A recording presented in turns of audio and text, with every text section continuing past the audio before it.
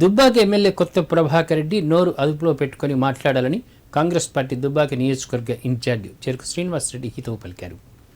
Assembly ఎన్నికల్లో ఓటర్లకు డబ్బులు పంచి ప్రభాకర్ రెడ్డి గెలిచాడని ఆరోపించారు. దీనిపై చర్చకు సిద్ధమా అని ఆయన సవాల్ విసిరారు. మరోమారు కాంగ్రెస్ పార్టీపై విమర్శలు చేస్తే చూస్తూ ఊరుకునేది లేదని హెచ్చరించారు. సిద్దిపేట జిల్లా దుబ్బాకలో ఏర్పాటు చేసిన మీడియా సమావేశంలో ఆయన మాట్లాడారు. ప్రభాకర్ రెడ్డి కాంగ్రెస్ పార్టీని విమర్శించడం మానుకో. తెలంగాణ రాష్ట్రం ఇచ్చింది కాంగ్రెస్ పార్టీ. సంస్కారం లేకుండా మాట్లాడకు. నువ్వేదో గెలిచినా అని చెప్తున్నావు.